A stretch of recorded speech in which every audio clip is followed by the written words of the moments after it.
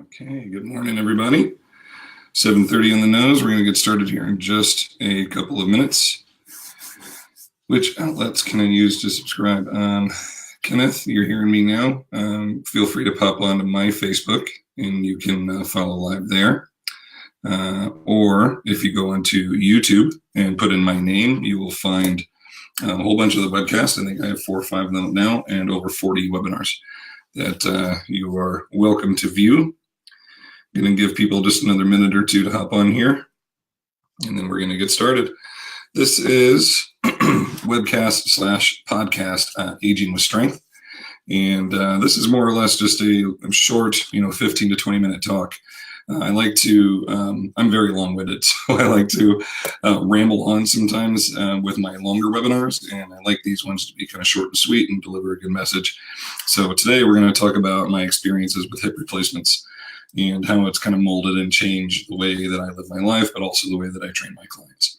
So we'll dive into that here in just a minute. Just fielding a couple more messages from folks trying to get on. We're using a new software, this BeLive software, so I want to make sure we're all up and running and everything is going good. And if you are reading us loud and clear out there, if you want to throw a comment up, let me know that we're seeing you. That would be awesome.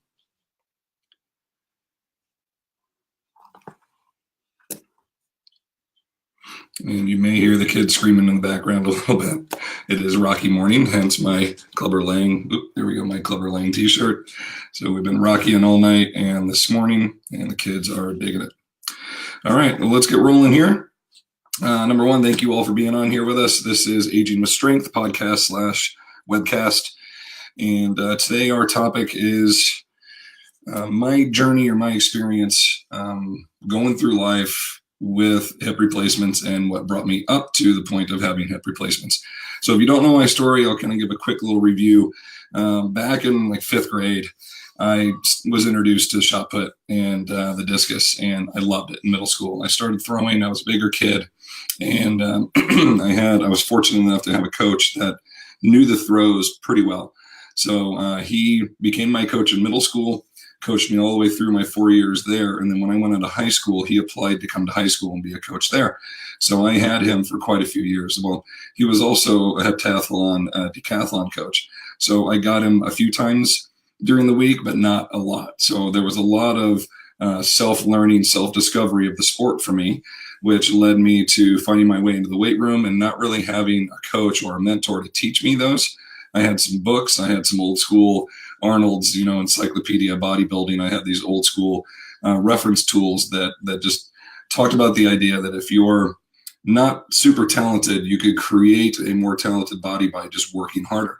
And having watched movies like Rocky and everything else that I grew up with, I had this mindset and this determination that I'm just going to work harder than everybody else. And so as I went through the world of throwing, I started learning about these other throwers that would take 15 or 20 throws a day in a practice, and that was normal.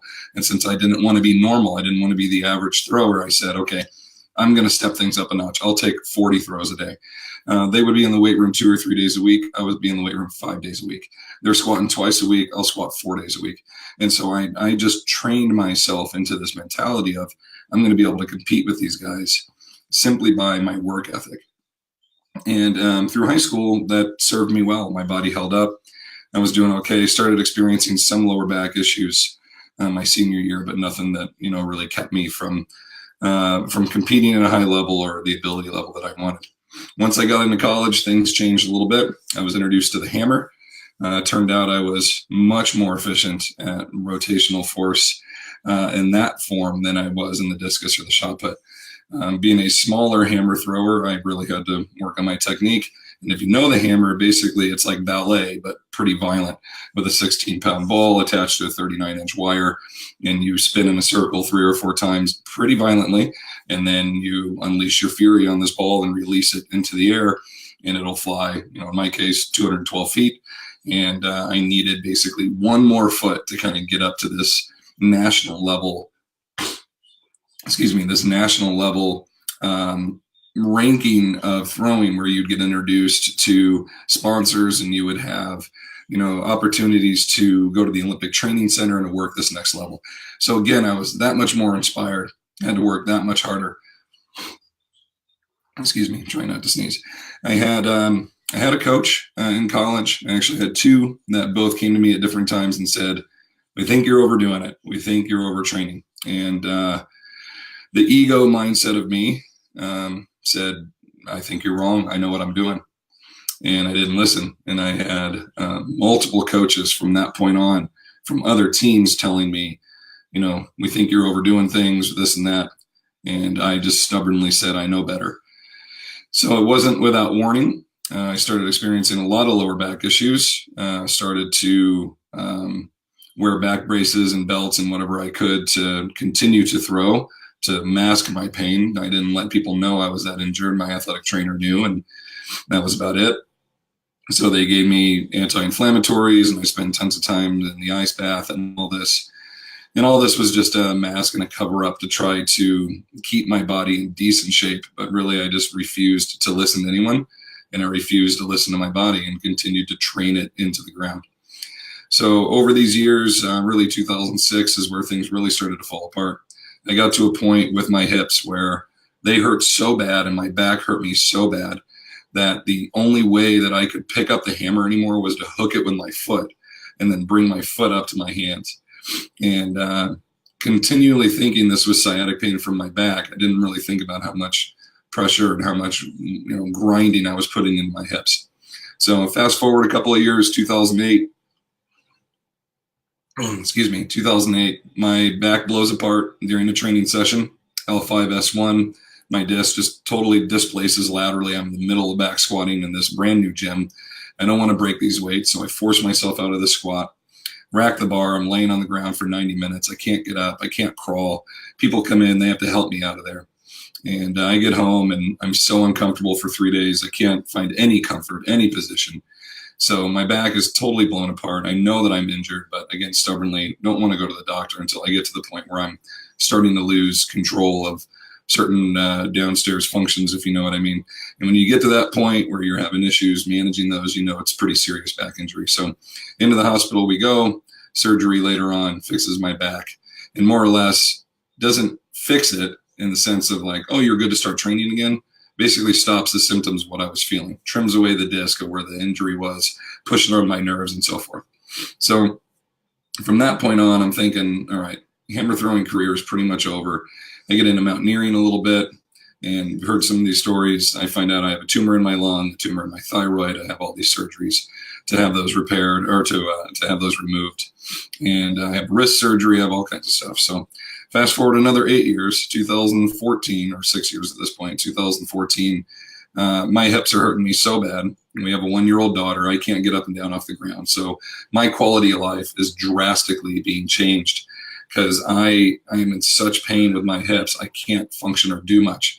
Even at the gym, working with my clients, I'm asking them to pick things up and move them around for me because I just can't do it. So I have arthroscopies on my hip. They go in, they clean them out. Doctor says on both, he's like, hey, you are complete bone on bone. Your labrums were torn away, whipped away. There's really nothing else we can do with this. You're going to need hip replacements. And I'm 36 years old at this time. So he goes, hang on as long as you can. Well, little did I know, as long as I can was another 1.5 years. So in April 2016, you hear my daughter cheering back there. Rocky just beat Ivan Drago, so she's cheering. And we didn't know what was going to happen at the end of Rocky IV. We've only watched it 30 times. Anyway, 2016, April, I have a total right hip replacement. I am the youngest total hip replacement that wasn't involved in like a car accident or something like that for my doctor. And she goes, everything went really well. Things are looking good. I rehabilitate great. I mean, my right hip is just solid. I get home and I'm walking the day of, and I'm at home walking the neighborhood, and I'm adding up my miles, and the same mentality I had of, work hard and let's get this thing back. But I'm definitely listening to my doctors. I'm listening to Dan, our physical therapist. I'm listening this time. And so I work up to that threshold. I train myself well. I get that right hip back. And I think, let's get all the pain fixed here. Let's get it all done. Let's dive right into this left hip. Let's get things finished. You notice my title on here. It says my journey through 3 hip replacements. Well, in August of 2016, just 5-6 months later, we go ahead and we do the left hip. So the left hip, and the issue with the left hip is when you're standing, your hips, your musculature of your body, through the movements that you do over and over and over again. I train one client who's a cashier at Rayleigh's, and or at Bel Air, she continues to reach with one hand and scan the item and then does the numbers and the keyboards with the other.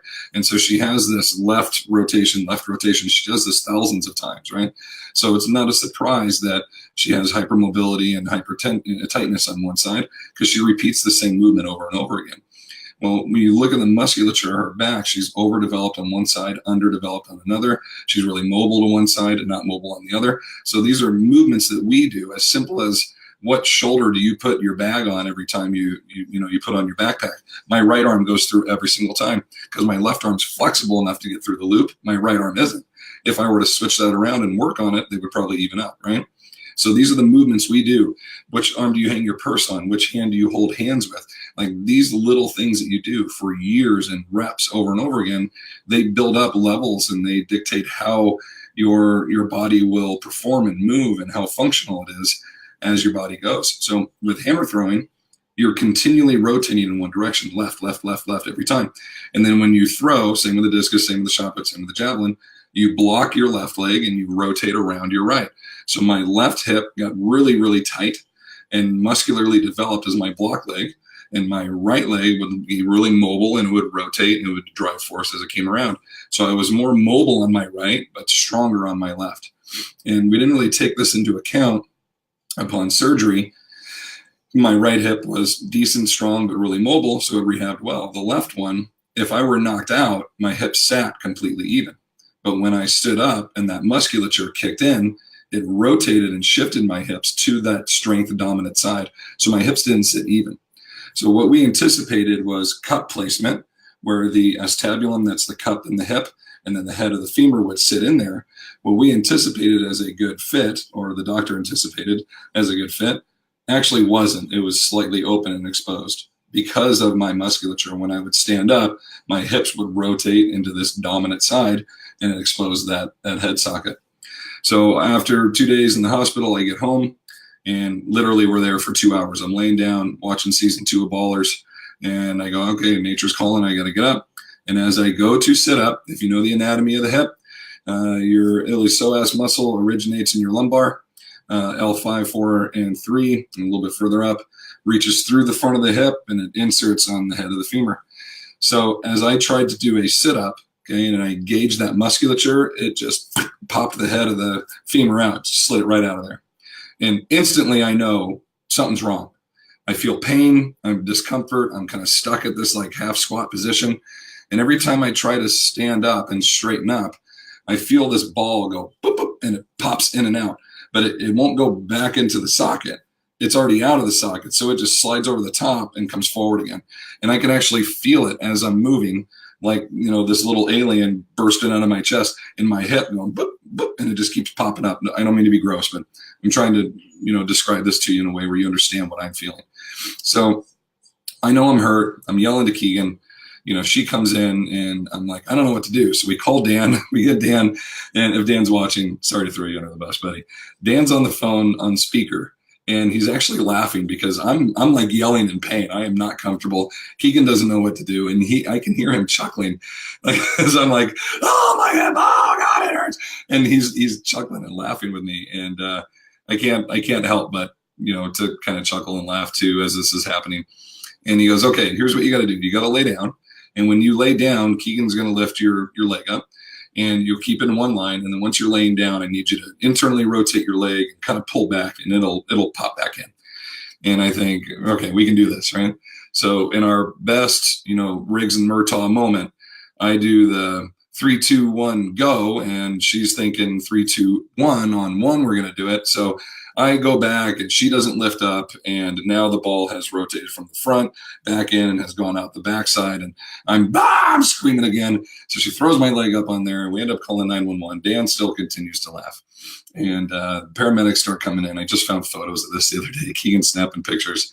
There's 4 paramedics, every single one of them as they come around. We have this tiny little house, come around this like 90-degree turn, and they come in and they go, whoa. You're a big boy. Every single one of them said the exact same thing because they all came in separately. So they couldn't get like a regular,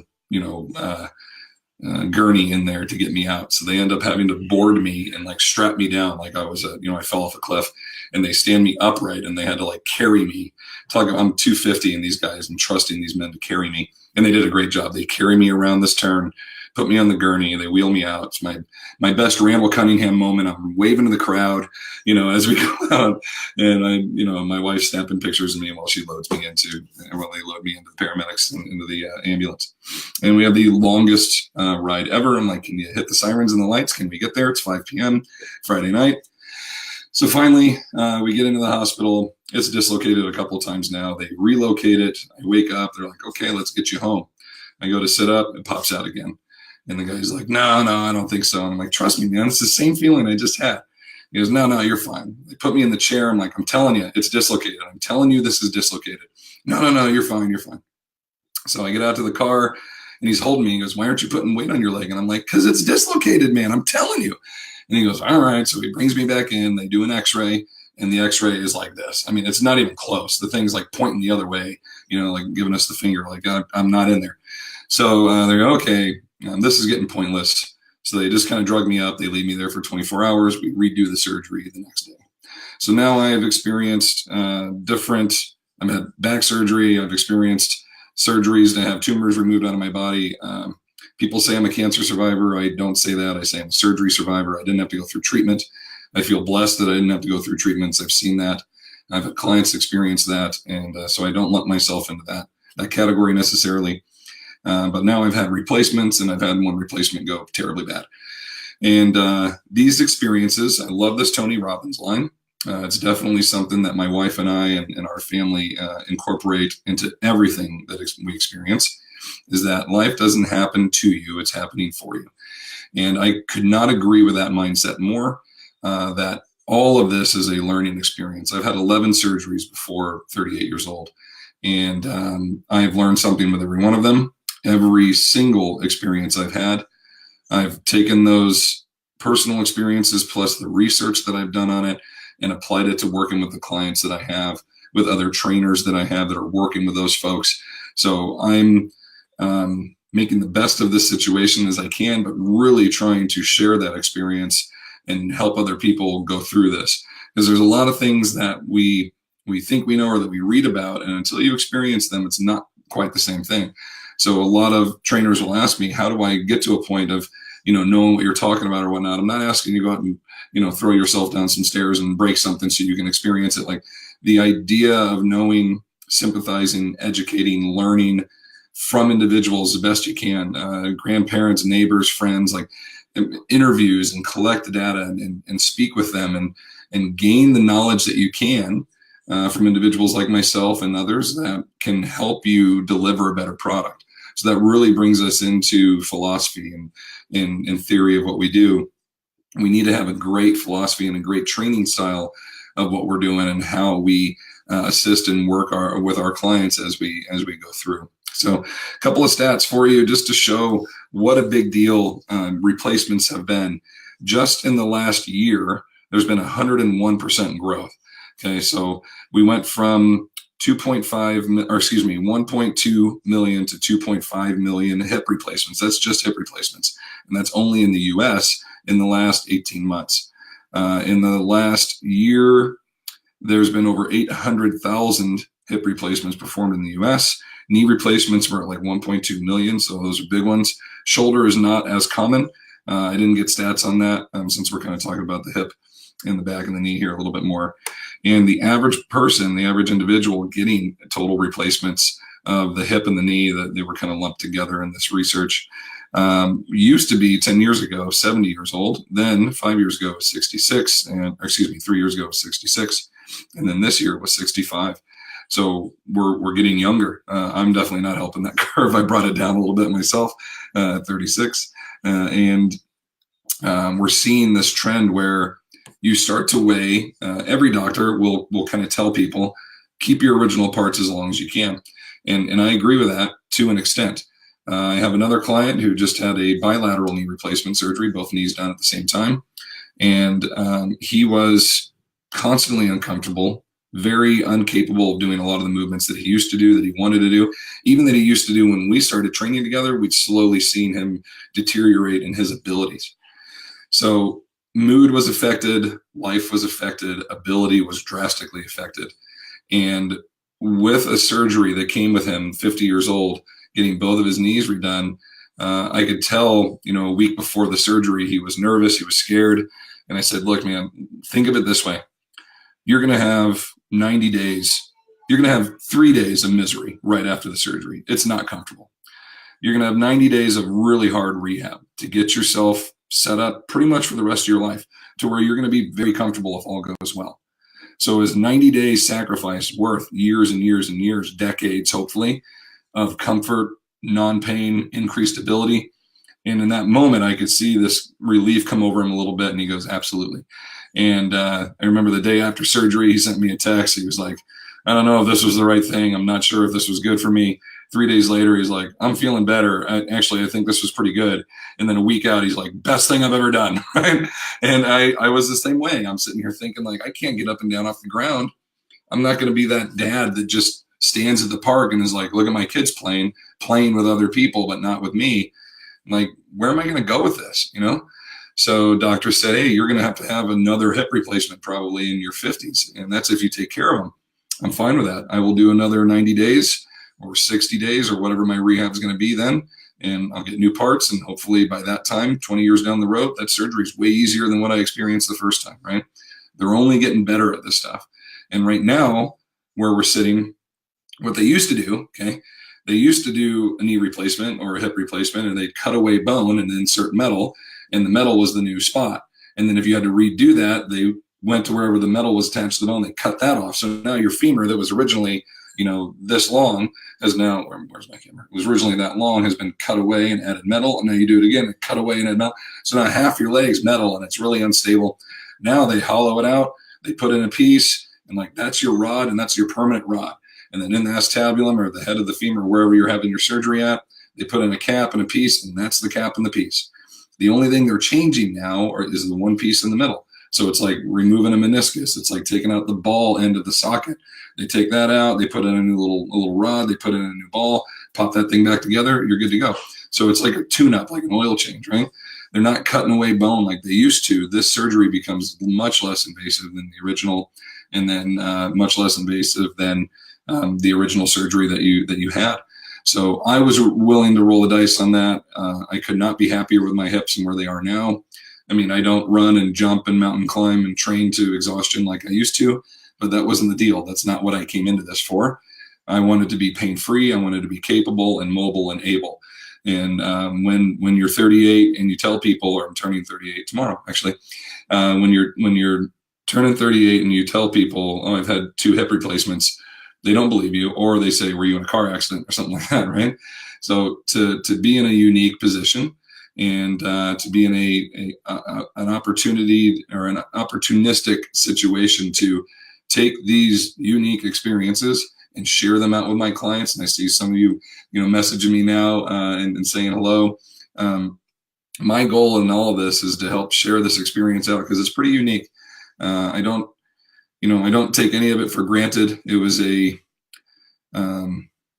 experience that I will never forget, that I could not have gotten through without my partner. My wife, Keegan, has been simply amazing in the situations where things are very serious and seem very dire. We're sitting there laughing and having a good time and taking everything in stride, from walking around the OR with my ass hanging out of my gown on purpose to these 8-inch Q-tips they put in my nose to numb my throat, walking around like a zombie with it. I mean, we took everything in stride, and we look at everything as, this is an experience we're going to learn from. We may as well enjoy the experience as we go. And just one more note on the funny way that life works. Every time I went to the hospital and received what most people would consider bad news, okay, you're 28, your hammer throwing career is over. You're 29, you have lung cancer. You're 30, you have a thyroid tumor. You're 36, you need hip replacements. Every time I experienced that, especially the cancer one, I was a wreck leaving there.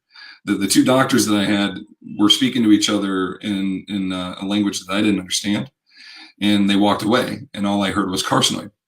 So the nurse is standing there, and I said, what does that mean? And she goes, honey, you have cancer. And you hear that, and it hits you, and you're like, did you just say I have cancer? Like, is this really happening? It's like a movie. Am I watching this? And so I was a wreck. I could feel my body shaking, and I'm thinking, what do we do now? What is this going to happen? And they're just like, get dressed and go home, and we'll let you know. And so as I'm walking out, Keegan's holding my hand, and I'm shaking, and I'm ready to lose it. And as we're going out, I see this guy coming in with no legs, like literally just got injured in something, and his legs were gone. And they're bringing him right by us. And I'm thinking, things could be worse, right? I go back in for my thyroid. I'm leaving there. I'm going, oh, not again. How could this be happening? I'm watching this guy come out covered in burns. And I'm like, things could be worse. Life has a funny way of letting you know if you're open to it, if you're aware and you're seeing these things as they come around you, to show you these are learning experiences, and it could be a hell of a lot worse. And, being in California right now, we're seeing people lose everything. Their house, their families, their family members, their spouses. I mean, it's bad up in Chico and Paradise. It's really bad. And so to sit down here and complain about, foot pain or my back or whatever it is, when other people are experiencing that, it just puts a lot of things in perspective for you. So more or less, the whole point of this talk was to let you know and to kind of share some experience with you of where I'm coming from, where the things that I want to teach people about are coming from. I'm obsessive when it comes to research. I'm constantly reading stuff. It's why I love the NSCA so much, because there's just more research than I have time to read. And I'm always trying to get new content, always trying to get the most efficient, the best way to train so I can teach it to others and work with my clients on it as well. I hope that all of you current clients of mine and former clients, even if you're listening, have always felt that way, have always felt like I'm delivering the best service that I can for you. I don't want any of the things that I've experienced to happen to you if I can avoid that. Seeing my father go through a fall and a major surgery, and knowing statistically he has now beaten the odds coming back from this broken hip, which most people at his age do not, over 70% don't. So seeing that, experiencing that, feeling blessed to have him come out of that, that's an experience I don't want for any of my people, anyone really, but just you guys are in my circle. You're my comfort blanket, my extension of our family. We are very selective with people that we bring into that. And I want you to know that I'm always doing my best to deliver a service for you and to help us get to this point where we're not part of these statistics. So you trainers out there, I have my webinar series. We're finishing up 2018. We have a whole new one coming up in 2019. So if you want more information on this, you want to learn more about how we train and what we do, please feel free to go to trainingtheolderadult.com. That website will take you through our position statement and show you exactly what we're about, what we're teaching, and you'll see all that information on there. If you are subscribers to the podcast or to the YouTube page, if you haven't done that yet, please hop on YouTube. I guess technically this is a webcast. We also have a podcast, but the webcast seems to be doing a lot better. So we're probably going to continue doing it in this format. We did use this Be Live Q&A, and I didn't get to any of the things that I had put together. I left the same thing up there. I get a little too focused on what I'm doing here. Maybe I need a second person to run some of that stuff for me. But I get really focused. I had a little survey question and some other things that I can throw up here, but I don't even know. I haven't worked on this enough. Let me see if I can put one up here just so you guys will know that I actually did one. And show. There we go. At least I got one in there. So anyway, check out the website, check out our YouTube page. You're always welcome to come by the gym. Anybody watching or any trainers, we do day-long internships where you come in and observe and kind of see how we do things, and we spend a couple hours with you afterwards talking about philosophy. Training philosophy is the most important thing a trainer can deliver. So if you're out there looking for a personal trainer, that should be your first question to them. Not necessarily are you certified in this and that. What is your training experience in form of philosophy? How do you train people? That's the answer I want to know. Second, I want to know is, do you do all the basics? Are you certified? Are you insured? Are you doing all that? But I really need to know what's your philosophy on training. And if they say what people have said to me, I don't know, bro, we just lift. If they say that, not the right guy for you, okay, or girl. So with that being said, this is Aging with Strength. Thank you for being on here with us today. Have any questions, feel free to throw them down below. I will get back to you. This recording will be uploaded onto our YouTube page. Feel free to share it or review it again if you would like. Hopefully you didn't mind some of my ramblings. Hopefully you learned a little bit of something, and I will see you next time. Thank you, everybody. See ya.